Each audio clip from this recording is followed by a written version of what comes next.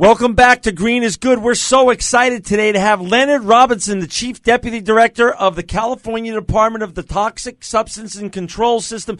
Leonard has a resume that's literally 5 pages, and he's actually a good friend of mine. So, Leonard, we're so excited to have you on today with Mike Brady and myself on Green is Good. Thank you for joining us. Hey, thanks for having me on. This is a real treat here. Well, we're going to talk about many things today, but we're going to start with the simple stuff because your resume is so large. I'm going to go back to it and refer to it during the show, but I want to just ask you from the beginning. Now that green has become cool and hot and everything, we know you have a long history in the environment. When did you really get involved with the environment and really saving the planet? Well, when I discovered early in life that I didn't have an NBA caliber outside jump shot, I figured I better get a real job. So I started my career with the LA County Sanitation Districts at the age of 19. Wow. And so you started at 19 with sanitation. And what did you do for them? Well, I worked at a plant, and back in years ago, they used to use spent acid and spent cyanide to help break down the sewage. And my job was to make sure the acid doesn't go in the cyanide tank and the cyanide doesn't go in the acid tank, or pretty much I would kill everybody downwind. Wow. So that was actually a pretty important job then at 19. It was. And I liked it so much that, I studied more about, back then it was called pollution control, and I really liked it, and I really caught on, and it was something I said, this is what I want to do. Okay, and then where did that lead you?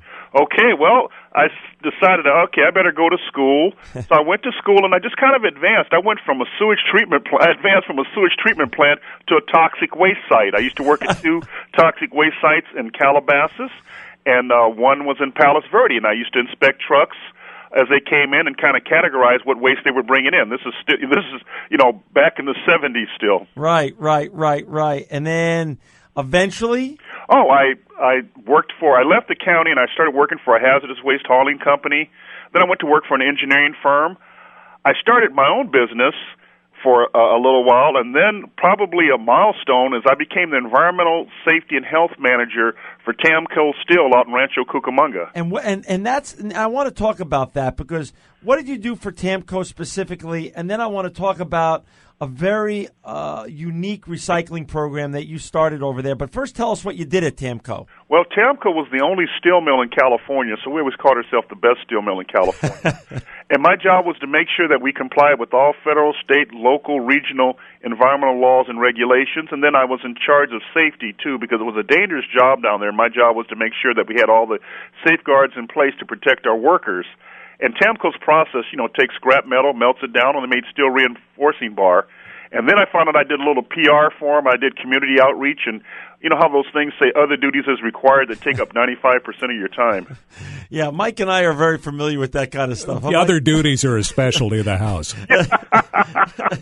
So now, Leonard, this is real important because not many people, a lot of people know you as Leonard Robinson, the Chief Deputy Director of the DTSC, Arnold Schwarzenegger's appointee.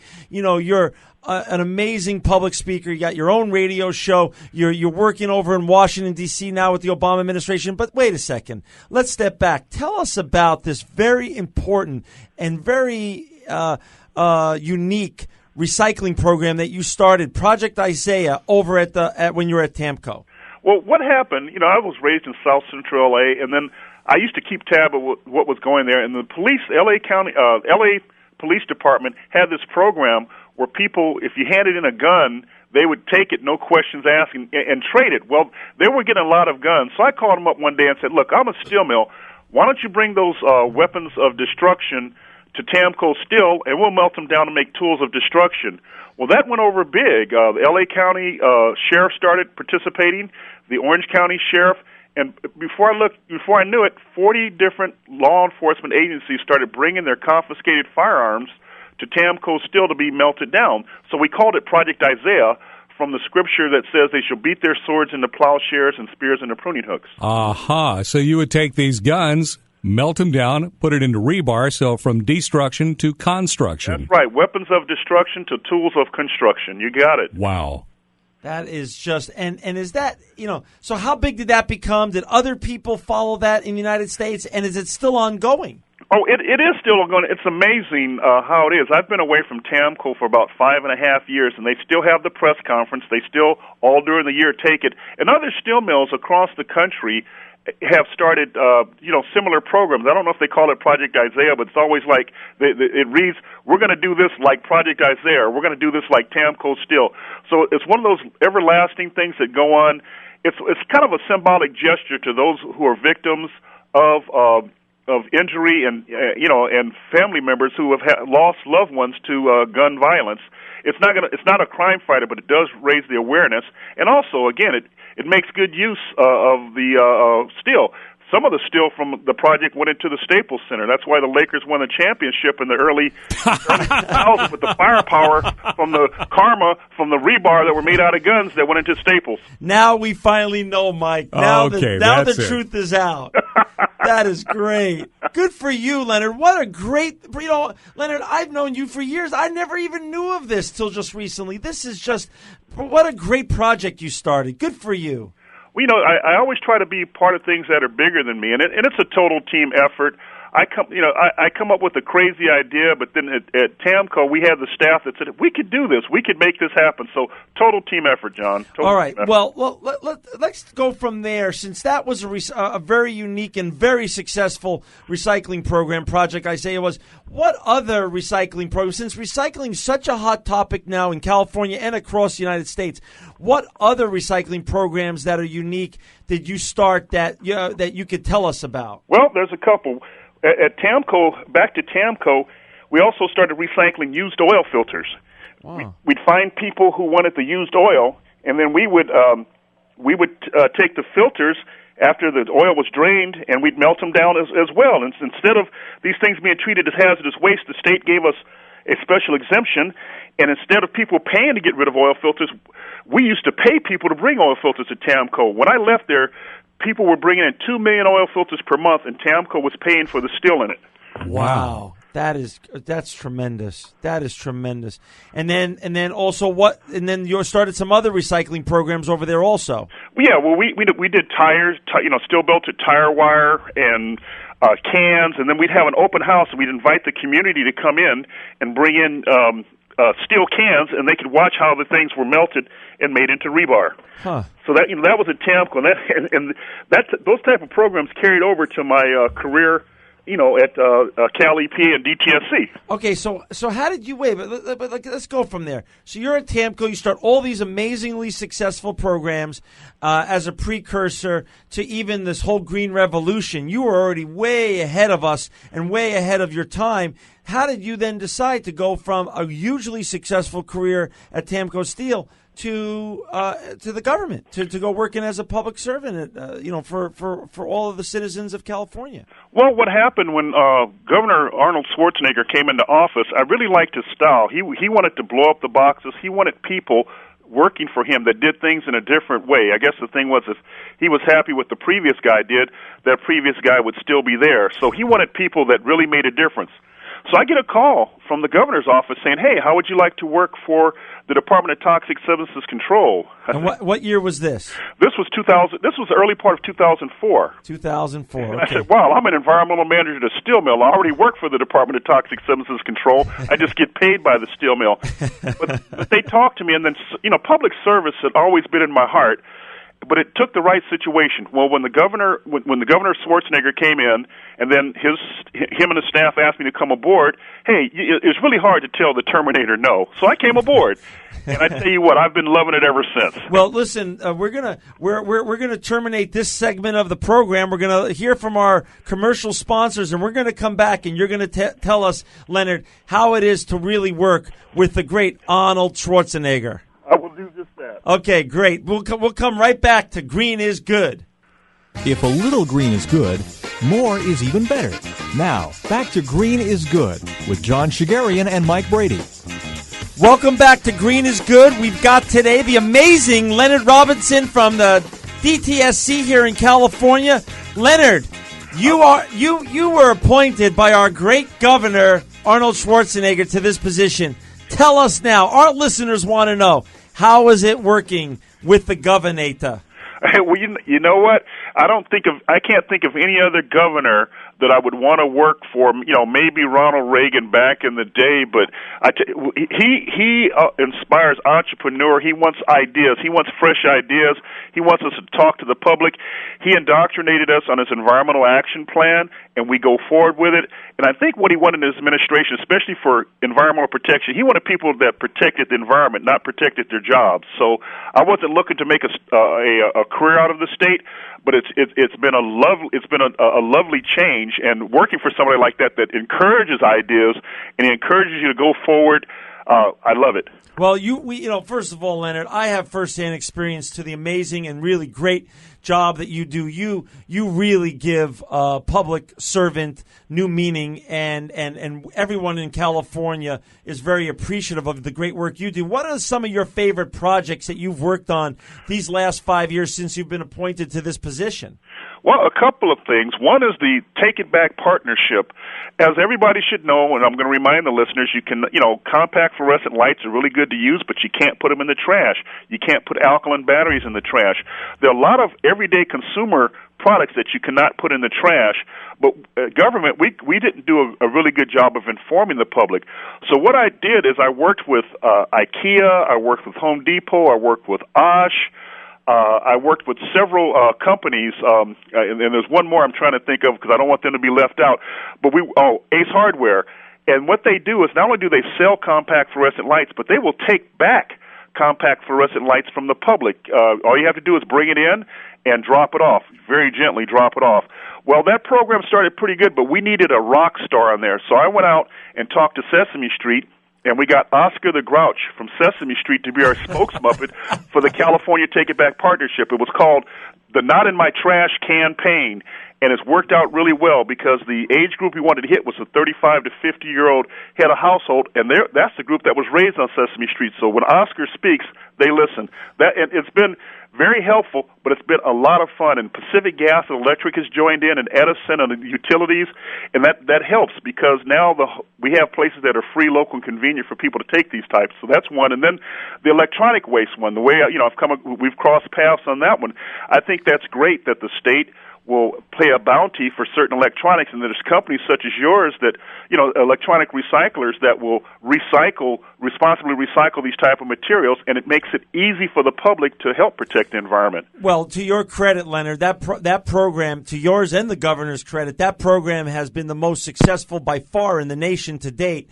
So, California, under your leadership and the governor's leadership, has truly led the way on so much of this green revolution. You have any other favorite projects you want to mention? The CFL one's a great one in the public. I'm so glad you talked about that because it needs more and more public awareness, so more and more people participate. Any other great pearls of wisdom you want to share with our listeners as to projects we have here in California? Well, the one, even though we're not directly in charge of it, is the climate change regulations and everything. Very, very important that we cut down on the amount of greenhouse gases, and instead of just sitting here and saying, "Oh, that's the Air Board's job," all the boards, departments, and offices of the California Environmental Protection Agency, including DTSC, where I work, are getting involved. So we have overlapping coverage, and we have so we can help cut down on the greenhouse gases.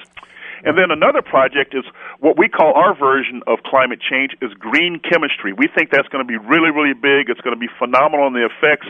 We're going to move from a cradle-to-grave society to a cradle-to-cradle society, eliminating toxic waste by eliminating the use of toxic materials.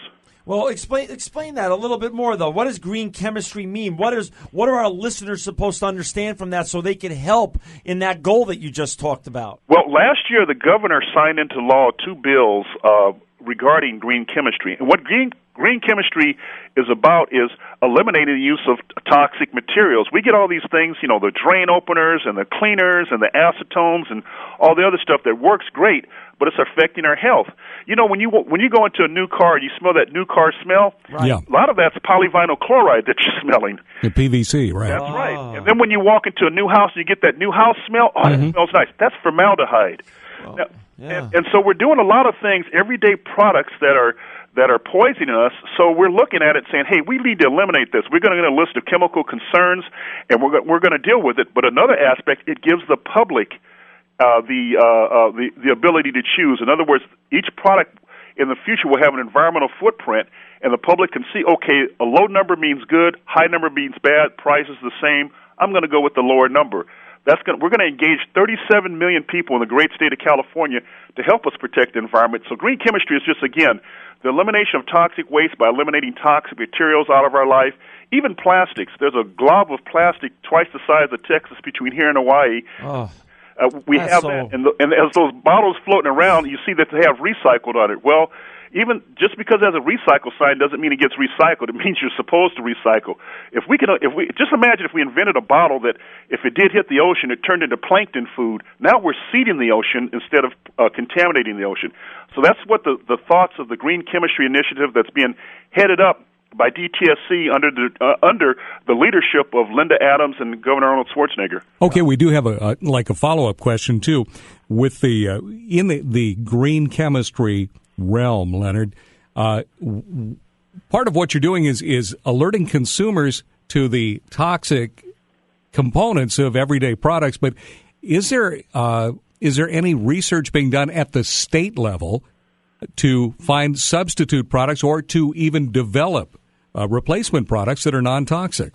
Well, at DTSC we have a pollution prevention department, and we're working with auto repair places. We're working with nail shops. We're working with custodial businesses to help search out these alternatives. Maybe instead of using something that contains volatile organic compounds, maybe they can use a citrus-based solution or something like that. So we are actively working with a lot of the small businesses who are the backbone of the businesses in California on replacements just like that. So we hope to have a whole clearinghouse and to work with the public. Instead of just being like government, say thou shalt not do this and walk away, we're going to engage and work in the Green Chemistry Initiative. We even take comments on a wiki site. Instead of going into a dark corner making regulations, we're opening it to the world saying, what do you think, what would you like the Green Chemistry Initiative to look like? Because if it's done in California, it'll be done nationwide. Pretty soon it'll be done worldwide. That is great, Leonard. Congratulations on all that. I didn't even know about the green chemistry. I'm so glad you brought that up. Hey, I'd be remiss. I've had the pleasure and the honor to be asked by you to come on your radio show. Talk a little bit about your radio show, what you're doing with it, where our listeners can tune into that, because if they enjoy listening to this, they're going to love your show. Give a little shout out for that. Then I want to talk a little bit more about the green economy and what you're doing with President Obama. Go ahead. Tell us about your radio show, Leonard. Okay, well, every Thursday at 10 o'clock Pacific time, I host a show called Going Green with Enviro Bro, the hardest working man in the environment. I love it. And what I do is I bring the movers and shakers and decision makers out to speak to my audience, and instead of using everyday acronyms and technological language, right, we break it down to the average listener. Like I'll say, what does climate change mean to a single mother raising 3 kids? What does green chemistry mean to somebody who wants to make a career change who just got laid off at age 45? What does that mean to them? And then we even go up to like the green economy. What does a green economy mean to the everyday person? What's the language of, what does cap and trade need? What's the difference between cap and trade and Captain Crunch? So we have a lot of fun. We laugh, but we get the information out to the public. It's on radio station KDEE 97.7 FM, and then we stream at www.kdeefm.org and just click on Listen Live every Thursday at 10 o'clock and every Saturday at 2 o'clock. You can listen to the hardest working man in the environment. Well, you are the hardest working man, because I've been to events that you and I have both shared the podium and spoke at, and you have the radio show. But now, not only have you done an amazing job managing the DTSC here in California, but you're now straddling California and Washington, D.C. Talk about what the governor asked you to do with President Obama and what you're doing in Washington. Well, with the change in administration in Washington, D.C., we're actually getting our calls back from Washington, D.C., and working together in a spirit of cooperation never seen before. California, we're the 7th largest economy in the world, sometimes 8th, sometimes 9th, depends on the week, depends on the recent economy. But we are big. We have the best, not only environmental technology, but we've got the best environmental policy in the world. So what we're doing, we're going to work with Washington, D.C., and the future will happen when the same car that you sell in Wyoming can be sold in California. Manufacturers are saying we have to make 2 products, one for California, one nationwide. So they want some of these great ideas, climate change, green chemistry, pollution prevention, extended producer responsibility to maybe to nationwide. So they're very, very open. We have the ideas, they have the resources. I say, hey, let's meet. So that's my job, is to work with my peers in Washington, D.C. So now, okay, that's great stuff. But we're the leader. I mean, California, as you just well said a couple minutes ago, if we do it, every other state will start to follow, and then every other country will follow. So we really are the leader. But Leonard, explain this now to us. Mike and I want to know: did Governor Schwarzenegger appoint you to this position? And send you to Washington, and did other governors, did Obama ask other governors to do the same, or was this on the governor's request and he's doing it and you're really an anomaly, really leading the way for green change? Hey, I like that word anomaly, and that probably fits really good. Again, the governor, he wants us to have entrepreneurial spirits. He wants us to do things and go down paths that haven't been done before. Was Chief Deputy Director was getting more administrative, and I felt like I was being kind of in a box. So we talked with the governor's office and said, hey, how about if, Leonard goes to Washington, D.C., talks with the California congressional group, talks with everybody, and again, you're right. What's done in California gets done nationwide. So instead of other states in the country reinventing the wheel, why don't we just open up and say, this is how we did this, this is our success, these are our challenges, let's work together. Well, the governor's office thought it was a great idea, so I went to Washington, D.C. So I'm back and forth. I mean, it's starting to get cold, and I've got some trips in Washington, D.C. I've got to make to the end of the year, but it's been great otherwise. And now, Leonard, you have an amazing appetite for accomplishing and for doing. What are your, the governor is only going to be the governor for so long. What are your dreams and what's your vision for your future? Given your energy level and your amazing vision to come up with new and unique programs that can effectuate change. What are you thinking of? What's next for Leonard Robinson? Well, of course, I'm going to stay in the environmental field. I'm still too young to retire. I would like to be the Minister for Environment for Jamaica, but I think that's already taken. Okay, gotcha. But what I want to do is I want to stay in the environmental field and be on the cutting edge and maybe bring people together. Some kind of a perfect business for me would be bring people who are much smarter than me and much richer than me, bring them together and fund good ideas and become be part of a think tank. Also, I've been asked to run for office in Southern California, but I don't know. I'm trying to balance that. So I have about a year because the new governor will be sworn in January 3rd. So I have things to ponder, but right now I've been so busy. I guess I should probably think about what's the next phase after the governor leaves. Gotcha. But it's going to be the green thing. I mean, hey, a waste is a terrible thing to mind. I've said that exactly the same phrase for years, but it's been more weight related.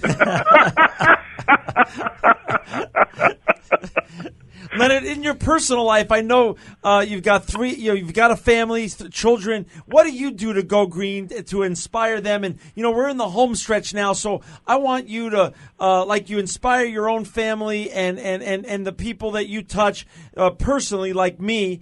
Who leave our listeners with some of your pearls of wisdom. We're in the home stretch. We're down to the last 2 minutes. Tell us how they could go green and what you do personally to go green. Well, yeah, I'm the proud father of 3 college graduates, and it took a lot of green to get them through college, but well worth it. Amen. Amen. Yeah. But, I've always been green. Even my parents, they were, hey, turn the lights out when you leave a room.